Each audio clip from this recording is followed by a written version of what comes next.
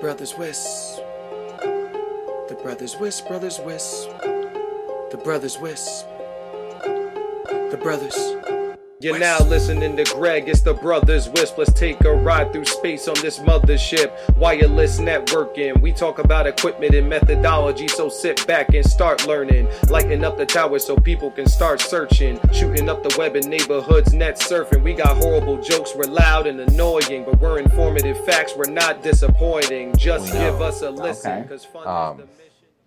You know, this is stuff that I've got booked, and there's she, and so we never have to like tell each other, hey, my plane's late. Like, everybody just automatically know. Okay. Yep. So when she lands, I take off for the airport. So that's cool. Yeah, it is. Hey everybody, it's Tommy with the Brothers Wisp at ISP America is what they're calling it. I wondered if it was ISP America. Just drop the W. Yeah. But I heard a board member say ISP. Yeah, that's what I'm rolling with. Yeah. So I've got Jeremy. I'm Jeremy. And Jeremy. No. I'm so sorry. I did not get much I'll sleep pull this last up for night. you. There you go. Justin, I'm so bad. Oh well. And Andrew. And I remembered. And we might have some more people joining us later. Here at the show. Let's see. What day is it now? Well, I know we're in Atlanta. Yeah, we are in Atlanta. This is Wednesday. Yes. And I I know It because has of my felt a badge. little weird. Yeah. What day of the week it is. You know? Yeah, it has been. Because Master Monday wasn't like it was just like they had the showroom floor open. Yes. On Master Monday, Yeah. but it's like Yeah, it's that a- kinda messes What with did you a they little. call it? It's Master just a Monday? social, social Yeah. hour. Yeah, but I liked no. having it. Yeah, I liked having it. What was it called this year? The Master Monday. Whatever. It doesn't matter. Nobody cares. It was for CTOs. Yeah. CTO track. Yeah. Mm-hmm. That's what they called it last year. I thought the CTO track stuff was really, really good. Those were really good talks. Both the two that I went to. I didn't show up till Monday night. So. Yeah. Then Yeah, I went to, well, I did a little presenting, but also I think I caught probably the 2/3 of it, and I enjoyed it, yeah. yeah, because is it Cam? Not Cameron did yeah, one of the later ones. Yeah, he did the AI in the business and how they're What using it. Nextlink's doing. Yeah, and what Netflix. So that was pretty good. But the big news of the show, I think, is that there's not many people here. I heard, and this is just what I heard, 700 people, 400 were vendors, or 400 were vendor people. Wow. So more vendor heavy than people. Yeah. Well, sometimes Vendors that, are people, that ratio is not as big as we would, not as small as we would like, but it definitely... Are any of those vendor people possibly like tickets that they gave out to people? Is there just no way to really tell that? Well, they kind of stopped that. The whole new suitcasing policy. There were a fair number of people, and I was guilty of it. We have an ownership in Ethereal, so before we've gotten a pass, I've gotten a pass from Ethereal because they get 4 of them or whatever. So I think other people were doing that, and they kind of stopped that. Okay. That's odd. I felt like there were quite a few less attendees, quite a few less operators this year compared to last year, and I felt like there were approximately the same number of vendors, maybe even a little bit more. I did not notice a drop in vendors, but I noticed a substantial drop in operators. Yeah. Yeah, and I saw a lot of financial people. Yes. Not technical operators, but financial people that were here because of operators. Yes. Yeah, that was interesting. So, vendor, did you do any vendor booth holiday? No, I had to register as a non-exhibiting vendor. Okay. So. Yeah, I did talk to them about that, and I was like, do I need to be doing that too? Because you weren't the only person who mentioned that. Yeah, a couple people ruined it for everybody. So. Well, yeah, it's a bummer, but such is life. Yeah. So, but I talked to I talked to WISPA about this. Dave is running. He was originally with WISP. That's how I met Dave Thomas. him. Yep. Yeah, Dave Thomas, and he was really excited about doing the longer presentations of like how to do the training sessions. Did you guys go to any of those? I did not. I was just here No. Tuesday and today. Mm-hmm. I from the vendor side, I would say most of the reason that we come is to really work with our existing customers, and on the product side, I get to do that a lot. So I tend to not notice the drop in, say, first time attendees if there were one, or new business. But what I liked was the energy of the 300 that were here. Yeah, like it was was energy. good energy. Mm-hmm. I was always busy. But I did get to see most of the people that I wanted to see, and that's rare. Usually, it's just a little bit too hectic for that, and so it's changing. It's going to be different. Maybe I think in terms of quality, I have no complaints about that. No, I Yeah. don't. No, I mean, The vendors, Yeah. all that I talked to, they were all really happy with. Like they said that the conversations they had were good and good, really good So quality. we'll see how that turns out. well, I think the people that are here are, unlike maybe in previous years, the people that are here are spending money or going to be spending money. They have big grants, they have they have money coming. That's true. So they're they're not, hey, I'm the typical WISP that I'm bootstrapping this and everything. Hey, I'm here to make deals. Okay. It's certainly harder to be a small operator Yes. these days, for sure. All right. Number of times that I've heard this week, I wouldn't start a WISP right now. Yes. Has like floored me. I can't say, I don't know, and that's actually a conversation I've been having inside of my own head. Like, would I start a WISP right now? And I guess, what are your guys' thoughts? I would not. No, unless even if I had a bunch of money to just go gangbusters, organic growth, no way. If I had a bunch of backing, it'd have to be the right spot. There certainly are, we're seeing obviously a lot of growth in Toronto. Our numbers show that, and not everybody's going to be able to do that kind of a deployment, have the density or the tower sites to do it, because you're definitely using fewer tower sites to reach more people. So it's not that there's not a business model, it's that it's different. Yeah. And those who are adapting to the new business model, I think are, I think I've just, in terms of, we don't really publish a lot of numbers on how the industry is doing, but it's basically, you have some companies that are experiencing organic growth and some that are experiencing organic loss. Right now, it's a kind of a break even, right? It's not that the industry as a whole is suffering, but just from my expectation of it, talking to people, like I've heard a number of people that said, yeah, no, we've lost X% in 2025. There's pressure from a variety of places, but also I heard people say, I want to buy more of those WISPs that are losing customers. So there are people who are convinced they can make money that way, and I think it's probably true, right? Yeah. There are ways to do it. So even declining subscribers, it doesn't spell the end of all things. It is something that you have to work with. It's just a reality. But that I think that was encouraging to hear people, either with money or trying to get money to actively buy more WISPs. It's not like they weren't at all taking the attitude like, these are failed companies and I need to buy them. It's like, oh, this is a market in which this can be done. Yeah. So I think it's just it's a mental perspective, that. I think it shifts within the market. I'm a small operator. We are experiencing a small loss at this time. It's been going on for 6 to 9 months now. A lot of other small operators I talked to at the show are experiencing the same thing. I don't think I talked to any small operators that are currently growing. It seems to be the large operators that are growing. And I spoke with one of the large BSS providers, and I figured, hey, they've got a high level view of this. They're seeing at the aggregate level what's happening in the WISP field. And they told me they are seeing growth in WISPs of 1,000 subs and more. And those are seemingly at least offsetting the losses that the small WISPs are seeing. In the industry of a whole. That squares with my experience as well. Mm-hmm. Do you,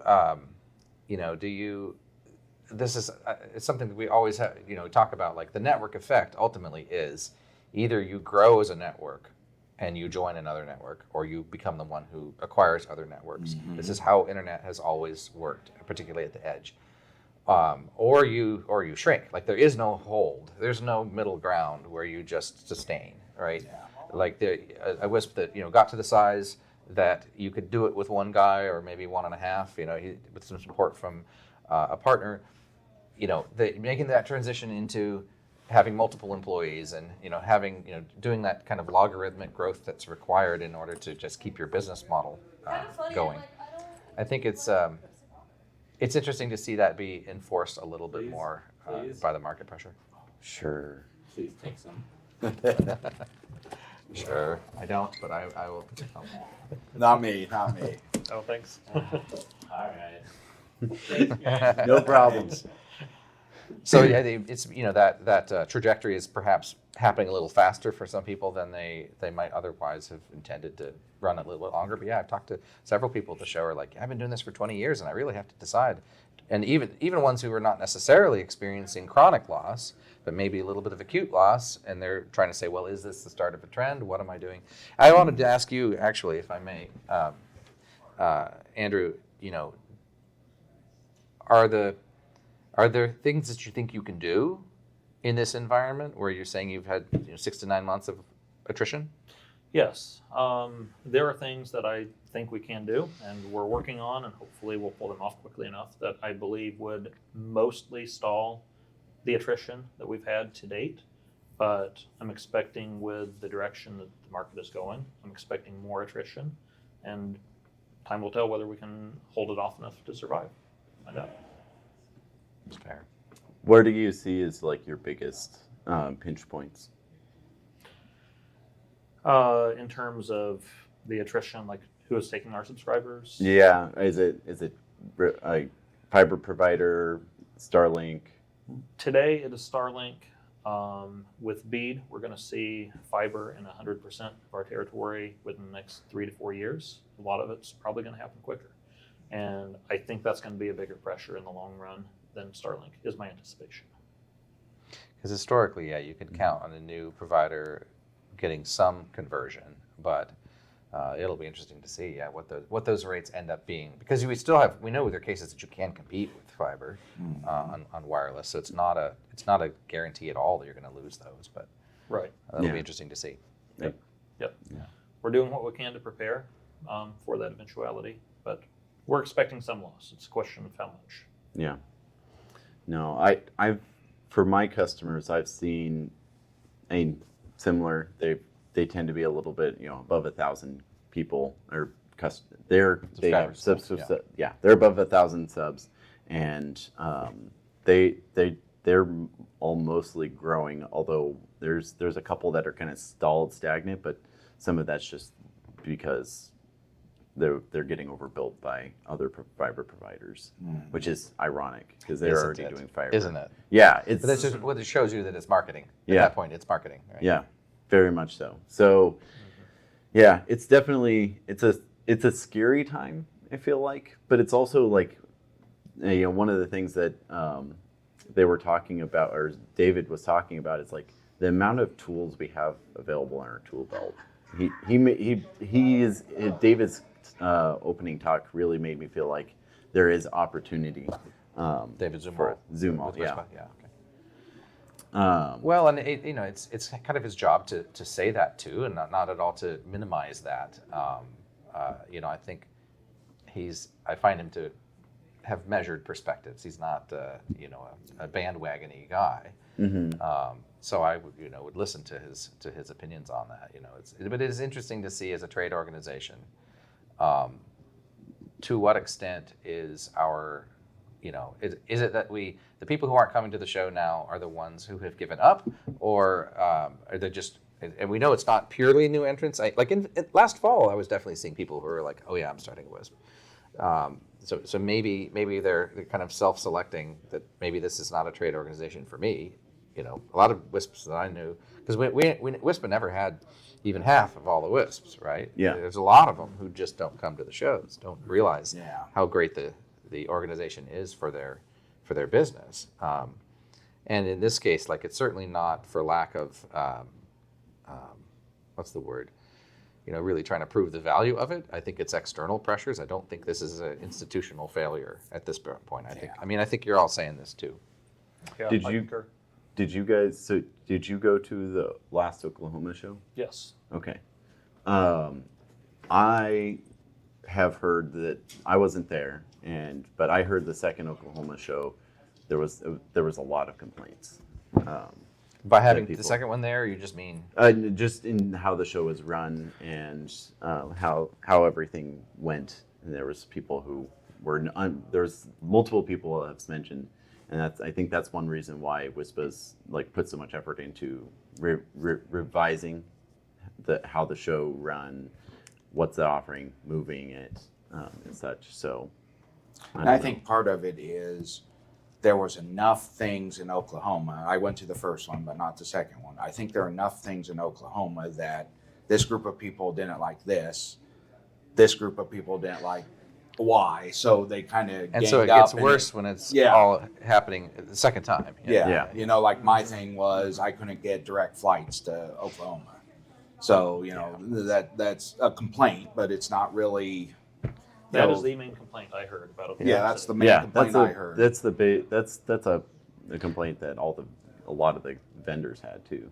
Well, we've often had, if you look historically at the 10 or so cities that the show's been at in the springtime, I kind of expect it to not be able to do a direct flight coming from Alaska, but I will, because I flew into Atlanta and drove to Birmingham, Mm-hmm. which is it's a little bit of a schlep, but it was also what I wanted to do, So having a city like, with at least a reasonable number of direct routes into definitely improves your chances. Yeah. for sure. But the venue's been great. Yeah, Oh, the this Food's venue's been yeah. great. beautiful. I mean, to give props to the team over there that's organizing the show. I thought that, and as a vendor as well, I'm not involved with all the logistics of making it happen, but I haven't heard any complaints. So Yeah. can't say there are none. I would just say I kind of took the attitude that I'm going to experience this as I did for many years, just come as an operator, and in terms of how I think about, I want to experience the show as the people that we're trying to attract to the show are experiencing Yeah. it. So, I enjoyed it very much. I would say. Awesome. I did see a sign somewhere on the premises. I think it was maybe at the entrance to the exhibit hall, talking about how there will be upcoming changes to reduce the cost for WISPA members. I think this is talking about for future shows. I don't know enough about what's going on, but I think the gist of it is that WISPA members, it will just be considered that, part of their membership goes to fund the show. And so maybe a member operator will have a lower entrance fee in the future is what they're working toward. Maybe. Well, I don't heard know. from one of the vendors, and I don't know, so I won't say too much. I don't know if it's public knowledge, but he mentioned the pre-registration cost for Vegas. I don't know if that's published yet or not, so I'm not going to The shout price? out No, the I haven't seen number. that yet. No. Yeah. But it seemed to be maybe reflecting what you're talking about. That's awesome. It seemed cheaper to me.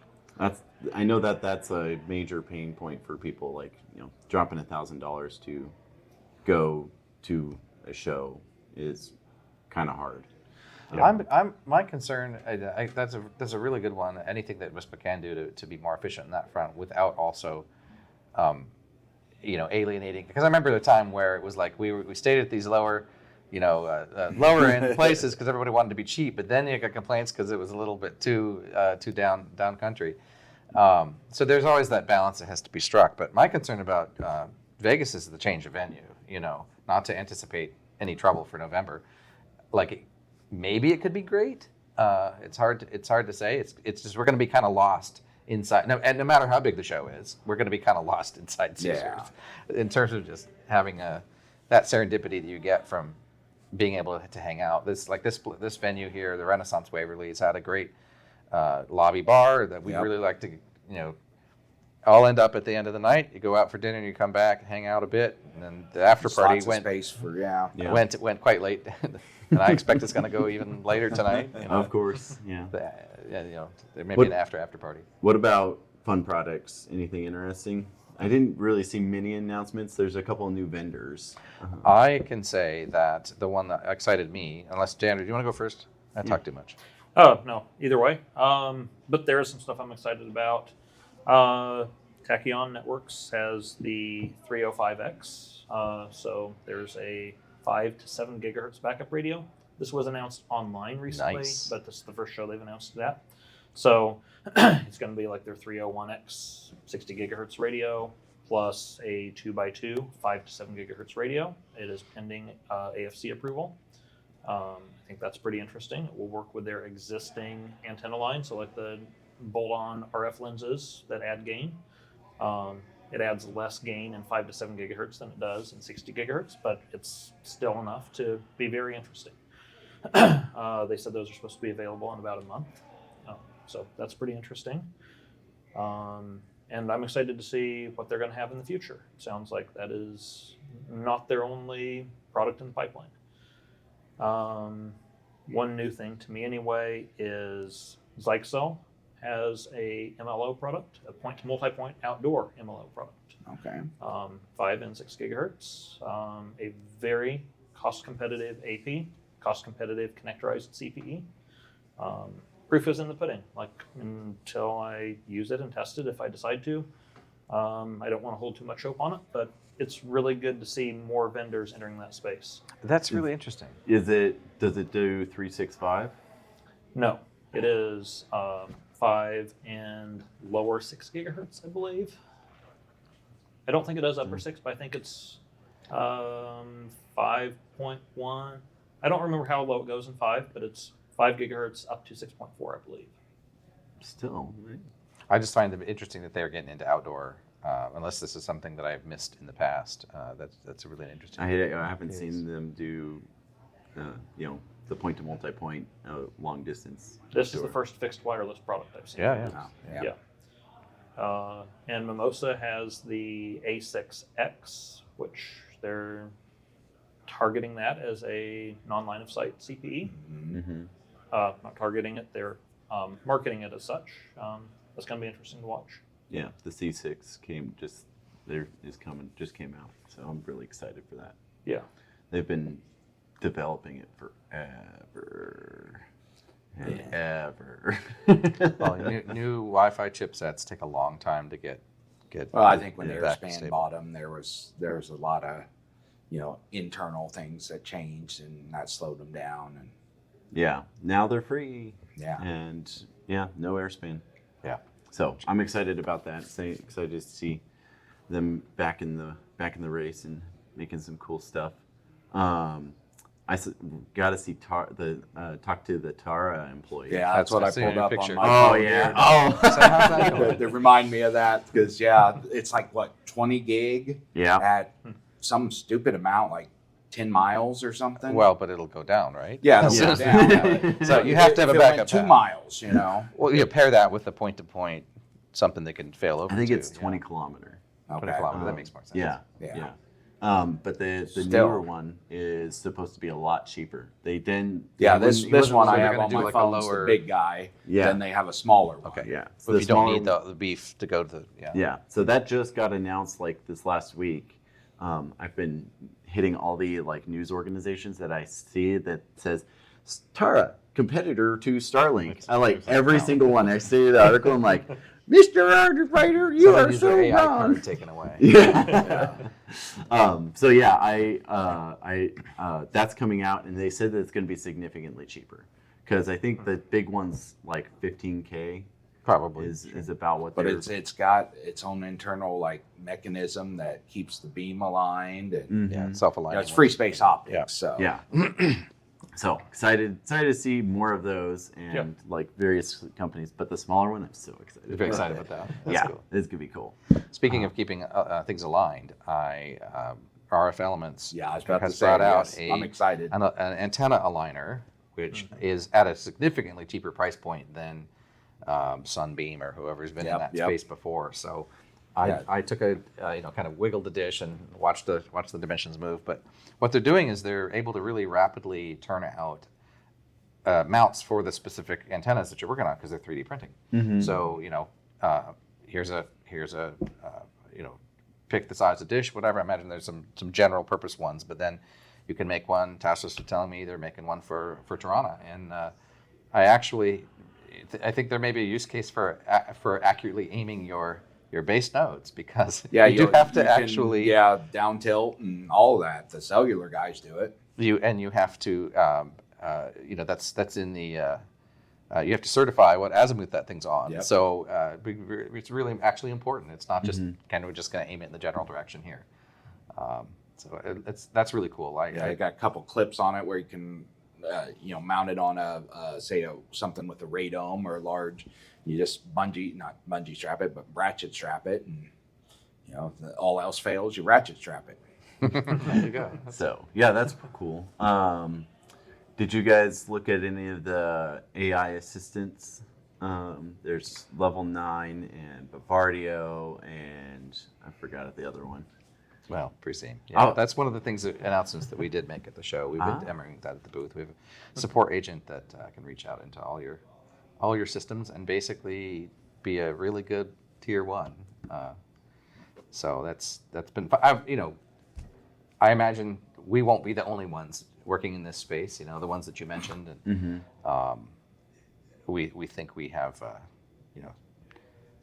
we have good data behind it, and we the response has been great. Everybody's like, yeah, we love this. So it's been interesting to see. I think Layer 9 was at the last show, and of course QCs they won best new product in Vegas. Now what they're doing is a little bit different, but there's some overlap. In that kind of essentially putting AI to use and helping you with your. That seemed to be the theme of a lot. The theme of the show, really. Yeah, completely. I demoed QC, and I was talking with a couple of the guys for a bit, and it looks interesting. They seem to be targeting customer interactions. Yeah. They've got an integration with Sonar, and they work with us too. Yeah. Okay. Yeah. Good. So they're targeting like automatic transcription of call records, SMS, that sort of thing, being that layer in between CSRs and the customer for documentation purposes. That seems to add some value, and I'm just curious all the different angles that value is going to be found. Support is clearly the way that operators are fighting back against attrition. Is when you can offer local support, when you can offer good support and make that cheaper. Yes. That is going to be. I mean, I can say this. Take my product hat off. I would say we have to get better as an industry at it, even if we already considered ourselves to be good, and that this was our selling point. Because we're going to be competing against people who are, using similar tools anyway. I had a support interaction with Starlink recently. I don't know to what extent that was powered by AI, but given like how detailed the responses were, I was like, they were good responses, and they were detailed and they were technical, and I was like, that's clearly not your usual experience when you text a provider. So we have to be that good too. Yes. Yeah. Better. We have to be better than that. Yeah, I think that's going to the QC. I think that's going to be a really valuable, because I've always pushed like churn is what kills your business, and whatever you can do to kill churn, you need to work towards that, because that's losing a customer is just one of the biggest costs of running an ISP. And so they're targeting that, and from the sounds of it, they're in use by a lot of the big guys. I think Adair, they have Adair's logo on their banner. So he seems to. Well, I'd love to chat with him about it sometime and see what his thoughts are. It's been interesting seeing the trajectory of AI. The first WISPA show I went to was WISP America 2 years ago, and AI was the buzzword, but I did not hear many serious discussions about it. It was just this is on the horizon, but very few people were doing anything with it. So that was 2 years ago. And then 1 year ago, there was much more serious talk about how we're playing with it. It's like still like lab it's a testing toy, it. It's a toy. It's figuring out how we can use it. And this year, there's a lot of discussion about the architecture. There's discussion about how we secure it. There's discussion about how it impacts financials. It's in real use now. Yeah. And people are figuring out the best ways to implement it. Right. There's been, at this point, a couple of years of experience with how do we implement it. And smart people are figuring it out. I started playing with it, around the same. I think a couple years ago. Of course, that was like the winter of ChatGPT or whatever that was, and it took a while. I would say I did a number of projects to say, okay, what can I actually accomplish? What is it good for? Try every 6 months or so, and there was a real change, within the last 6 to 9 months, where now it's so much more practical. If you are somebody who can define the problem and how you want to see it solved, you can do a lot of damage in a short amount of time. So whether that is something that is a permanent product versus we've now proven that it can be done, and a lot of the work historically in software development was like, well, it takes a lot of work just to get to a proof of concept that we can show somebody. So it's definitely changing things, and I think the companies that do use it for the right purposes, the things that it is good at, will do well. Yeah. I think the next challenge with AI will be the affordability aspect of it. People are playing around and they're paying their $20 a month or whatever for Chat or Claude, but when they start getting into agents that are doing stuff, you have to buy major tokens to keep those things running. You can run it up, yeah. And I had a good conversation with Kyle Barnes. He's got a large language model running locally, and he's like, I'm not giving it internet access because he's ran some. Hey, I want you to go out and find $50 worth of stuff you can educate yourself on. Buy a course from Udemy or whatever, and it comes back. Okay, I'll go out and I have $200 that I found. Can I spend that? And it could run away real quick. So I think we'll see people that AI is great until they get to a point that they're like, hey, I need to scale this. Oh, this isn't so cheap. Yeah, I think that scaling problem is going to be a really big thing. And we're actually seeing that right now with data centers going in all over the place. There's actually few conversations I've had is like, what do you do with data centers going in and having conversations, and any chances that you're going to get into those data centers? It's like, no, they don't want you in there. No, we're getting ready to launch a AI interconnection exchange, and it's going to be 400, 800 gig minimum. Probably terabit, because these data centers, the hyperscalers, they want to talk to each other. Yeah. And you're right, they don't want to talk to anybody else. Yeah. So they're exchanging their own data, and we'll see. We're hoping to be one of the first to do AI interconnection between Amazon and Google and Microsoft and Meta, and That'll be cool. yeah, we're excited about it. Yeah, awesome. I I guess I can put a plug here in this case. We're at Preseem. We're going to do we're going to host it, but it's not about Preseem. We're going to do an AI summit. I think it's in May, but it's specifically for WISPs. Oh, nice. And ISPs, Nice. for ISPs. Yeah. So we had a lot of that here at this show, but this will be, from across other industries, like people who are, not just from we'll have people from within the WISP industry too, but, kind of thought leaders from a variety of places. So I think it will be very applicable for ISPs. It's going to be, that's our goal. And, it's because it's time. Like we need to keep talking about this more often. Yeah. We can't, twice a year is not enough for us to keep. Yeah, it on changes top so of- much. Yeah. I mean, you can get a little bit of change whiplash because everything is just changing so quickly. Yeah, it's absolutely. crazy how fast it's moving, and I always thought I was like kind of techie. It's like, oh my goodness, it's faster than That's I can true. keep up. Yeah. What other new interesting things at the show? One of the things that was interesting, but it wasn't new, was I don't think Cambium announced any products, did they? And that's kind of, that's maybe a tell of what's going on. I think, one is they've been kind of focusing, but did they ever announce anything I don't remember them announcing in the spring. at the spring show? They've always talked about, hey, this is in the pipeline, this is the roadmap and things like that. And I don't think they even did that. I think some of it may be their stock price, they're trying to dig themselves out of that. But maybe some of it is just, hey, we're waiting to see what shakes out and where we want to, throw our money.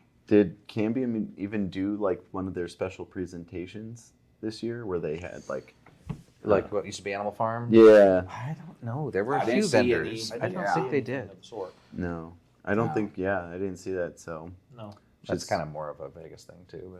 But Yeah, I think Yeah. you know some of these Yeah. they do you know save the big announcements for Vegas and you know try to get the quarter 3, quarter 4 stuff you know propped up, but you know I didn't see really that many new products from the establishment. You know, Cambium. You know, Ubiquity some of wasn't not here. Yeah, No, Ubiquity wasn't did here. Ubiquity make it to the Oklahoma show last year? They were there last year, but not the year before. Yeah. So they're intermittent. I heard they're at MWC. Yeah. Right now. Yeah, I think they're probably there. Oh. And then the one year they were a silver sponsor or something, didn't have a booth. They just sent some people, I think. Yeah, that was 2 years ago at Vegas, I think. But which was that was weird. But speaking of people not here, Microtik has released a ton of new stuff. Yeah. I saw that. Yeah, some Meshtastic stuff, which is Yeah. kind of cool. I'm so excited about Meshtastic. Yeah. Like I can use my Microtiks instead of this. I have a bunch of friends who are into it. I haven't done it yet, but maybe this will be the tipping point for me. What's the price point? on Yeah, this? that's what I was going to ask. Have you seen no one. the price? Well, Dennis posted said something. I don't think. But can we extrapolate from like similar equipment that other people have done? Because we know Microtik can usually come in. Yeah, I mean, I can put together a Meshtastic node on Amazon for $50 or so. Yeah. So I'm you think it's hoping going to it'll be less than $30 that? Yeah. or That'd that's be my cool. hope. That's what for that size. Microtik tends to also smaller stuff seems to be really really cheap, and they're more than happy to do stuff. It's low really, really cheap. power. It's there's not much smarts to it. So So how are WISPs going to use that? So I think one, it's great communication. So if you got techs out in the field, there's plenty of apps on there. You can have a non-carrier. 'Cause you're not dependent on communication. cellular or your own network. Correct. But what kind of a range would you need for that? You need some relays? Like in some of these rural areas, I presume there's not a lot of relays? Yeah, there's not, and that's one of the issues. But if you have your own network already running, or some I portion guess you of could it, put up some. yeah, Okay. yeah, And if so you could do it cheaply, that's Yeah. interesting. and I think it's right now. It's just like Tommy's excited about it. I think there's enough people, especially in the rural areas, that are excited about it. And if the WISP comes along and hey, I'm doing this, you're not really. It's not a product, but hey, these guys are doing this. It's just more like getting a message back to the home office. You're not or they're it's low you know, bandwidth, right? Even if no one no one really uses it. Hey, these guys are doing it. These guys aren't. I'm paying attention because I got a lot of guys in my area, a couple dozen, that they're interested in Meshtastic, and anytime they hear something, they pay attention. So if the WISP comes along and hey, we're doing Meshtastic, I think people are going to then pay attention to that Because WISP. you can see what nodes are available, right? Yeah. Yeah. So yeah, and I've not. So all of my stuff is just me playing with my own stuff. There isn't anyone nearby me because I'm rural Illinois, and so no one cares. But is there any opportunity for hey, I'll carry your messages for a fee or something like that? I don't know. I don't really. think I haven't seen. It's anything not in designed to be regard- monetized. Yeah, I think monetized would go against the the thought of it, and that might turn people off. And because the people around me that are excited about it are the ham radio guys, the GMRS guys. Those are the people that are excited, or the tinfoil hat wearing guys, which it's okay. Which one would you put yourself in, Justin? One battle after another. Yeah. So, I'm going to have to be leaving. yeah, that's fine. Got a dinner appointment. But Sweet. one other thing I was going to share, I spent some time at the Wisdom booth. I last demoed it 2 years ago.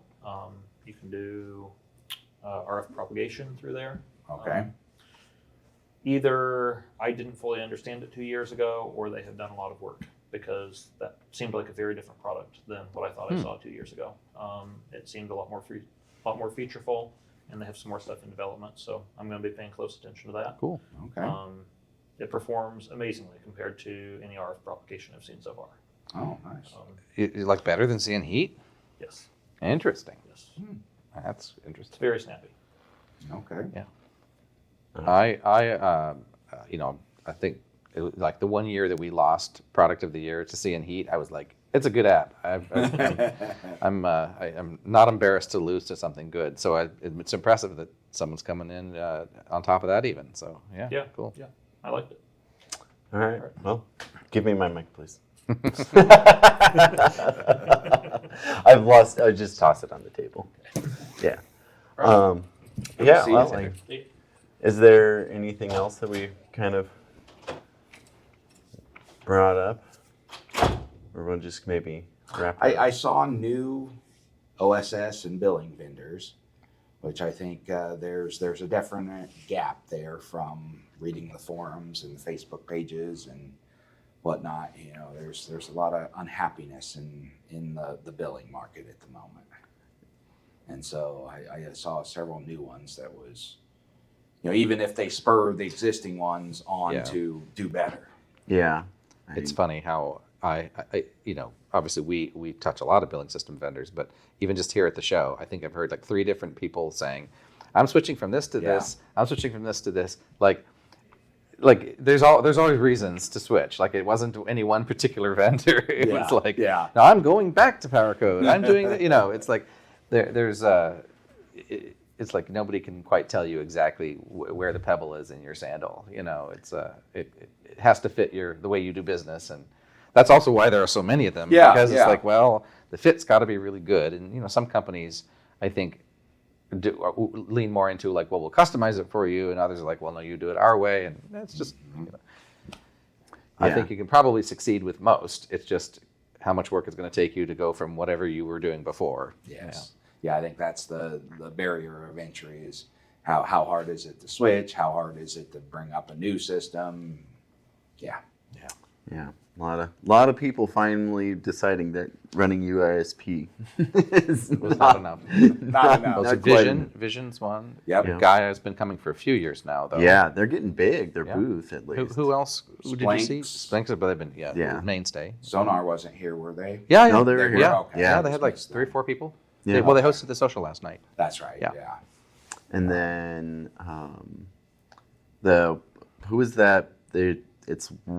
Was right down the way from you guys, down a little bit. Yellow booth. Shoot, Knowledge or something. Wasn't Wisdom. It was K or Psi. I don't Ringing a know. bell. There were several of them. Yeah, there's for sure. a lot, and I which just blows me away. It's like you would feel like. We don't need another one, you mean? Yeah, yeah.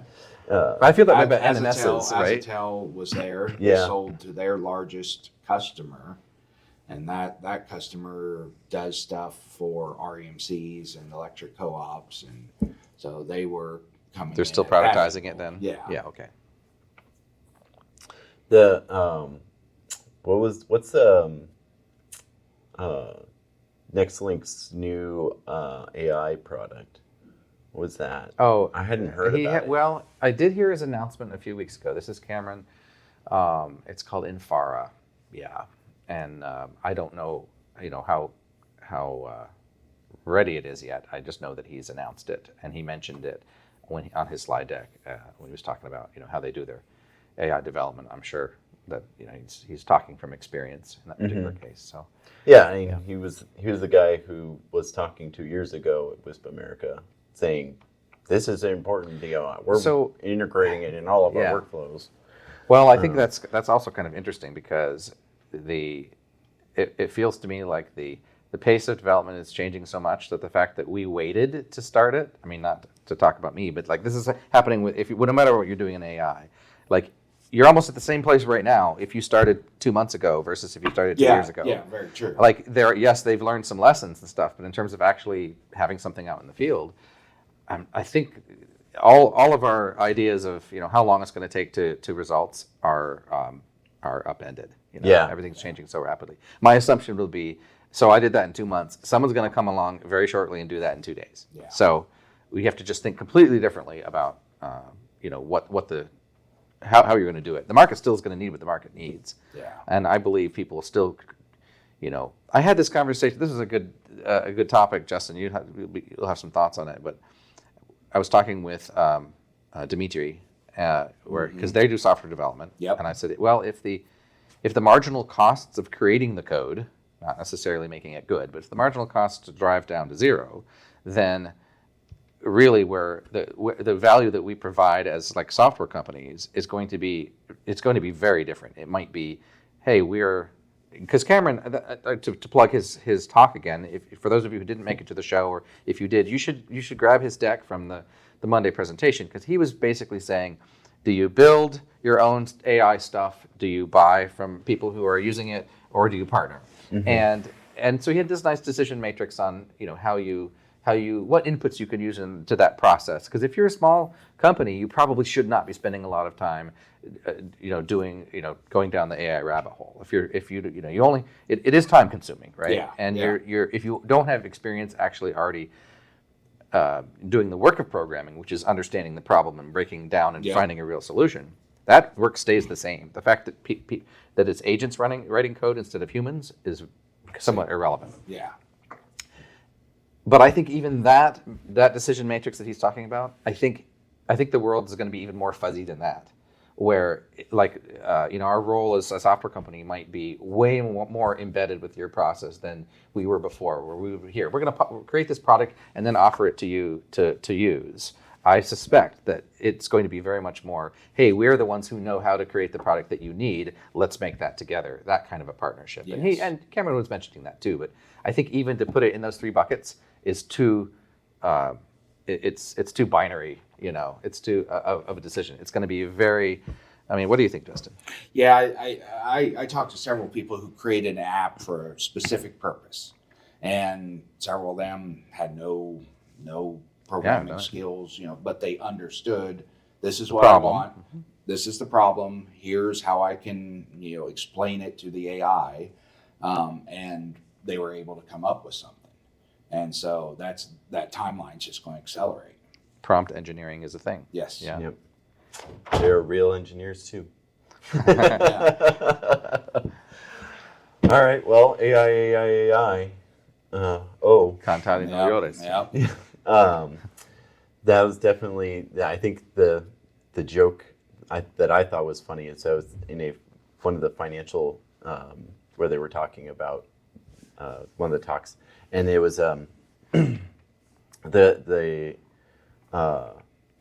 the moderator made the joke. He said, we're going to mention AI right now just so that we take it off the box, because otherwise we'll get in trouble. Right. But it doesn't really fit into this conversation. But yeah, it's just overwhelming, I think, in that regard. It's like, wow, holy cow. Yeah. So be interesting to see where things are coming and where they're going to be going. Yeah. And there's some really bad uses of AI too. Yeah. I'm going to call out, a couple people that AI is kind of taking over their email, and you can tell. Yeah. You can tell, and it's to me, it's no. If the AI reviews your email and you kind of clean it up a little, because I've had AI do some blog posts for me, and I've gotten to the point now where I'll have it help me do the outline, and then I'll fill it in, because if I let it do it, you can tell. Same thing even with like slide decks and stuff, where like you say, maybe I have an outline, but it's not gonna be my voice. I have to write it in my own voice for it to feel like I'm actually communicating. So, but yeah, reviewing and reading and summarizing and stuff, it's very good at that. I just don't prefer to have it originate things. I prefer to. Yeah. So there's some really bad uses. Yeah. No, I haven't noticed that in emails yet, but Yeah, I do, I have like a couple Google people will that be like, They've been offering like quick responses for a long time. yeah. And I still don't use them very much. It's Every once in a while, I'll be like, oh, you know what? That's mostly what I want to say, and I like plug it in, and I plug it in, and then I'm like, oh wait, I need to change that, and I need to change. and that. then you might as well have written it You might as well yourself. just by written the- it. Yes. Yeah, it's so bad. Yeah. Or you'll get this big long email from somebody, and the spaces aren't right, the paragraphs aren't right, and you're like, you used AI to write this. Come on. If if I see emojis anywhere in it, Yes. it's just like, Yes. Yeah. Like in my chat, when you go in the settings, I have like pages of, don't do this, don't do this. yeah. No, I can definitely tell that a lot of the slide decks I saw today were not made with AI because it was walls of text. But I kind of now that's like the human touch. Like Yeah. to see a Like, deck that's maybe not optimized, it's like it kind of feels Okay, it feels yeah. good. I It feels feel right. genuine. I saw it and I was just like, this guy cares. Yeah. Isn't that funny? So, all right. Well, what other what's coming up in this summer for you guys? Big projects? We have the Indiana meeting in May. Yeah. You're coming to that. I will be. I don't know if you guys signed up or. I don't recall. I know it's on our list to review. I don't recall. I'll be at a couple different fiber conferences. I've got some regional conferences, stuff like that. So I've got a few things going on before October for sure. Mostly, I'm like, the pace of change is changing so quickly that I'm like, I'm not even sure I can make plans for 6 months away from now in terms of thinking, oh yeah, I'm going to be working on. I'm definitely going home with some real fun ideas for not just the stuff that I have been working on, but new. I like to dig into the data and see what it tells us about networks, and so I've got some fun things up my sleeve. So Nice. Awesome. yeah, so that's what I'm excited about. What about you, Tommy? What are you? Largely just kind of keeping my head above water. Baby on the way, and then Yep. just I've got a lot of traveling again this year. I don't know how you do it, Jeremy. Well, last year I didn't do it as much. I think I went, I stayed home all summer last year, but I was hearing one of the vendors, they do something in the financial space.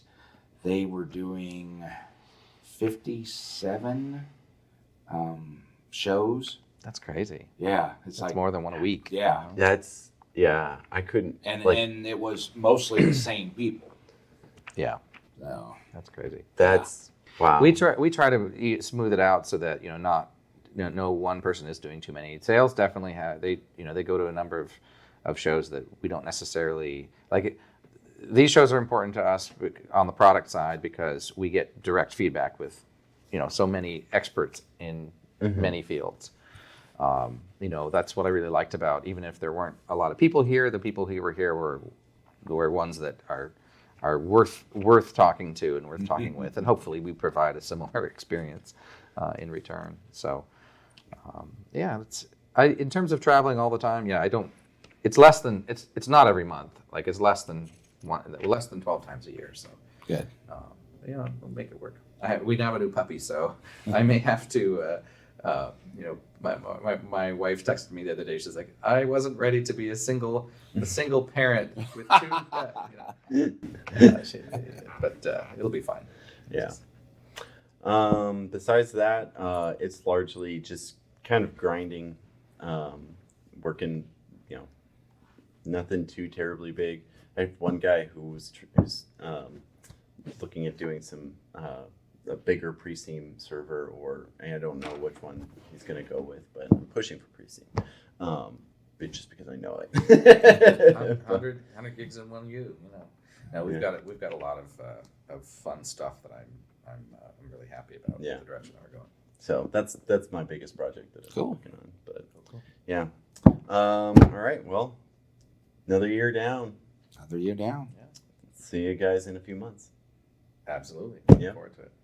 November, and we're at Caesars. Oh yeah, so it's a little later this year, almost a month later, isn't it? Yeah. Almost a month later. But Yeah. I think that could be good. Yeah, I think it'll be good. It's about the reason why I'll be able to go. Yeah. So I don't think it'll hurt, because I was thinking in terms of like purchasing. The end of the year is usually when you're setting your budgets anyway. So there might be some businesses where you're thinking we're going to make an order or get special show pricing. So it's going to shorten. I think it's going to shorten that season for maybe more hardware retailers for sure. Mhm. I don't know that that's a. Should I wait? I just realized it says it bad. Battery die. We're still recording audio. One full. What? It's full. Oh, okay. Oh, it's full. Well, we've got audio, Yeah. but anyway, Yeah. I'm saying whether you cut it out or not.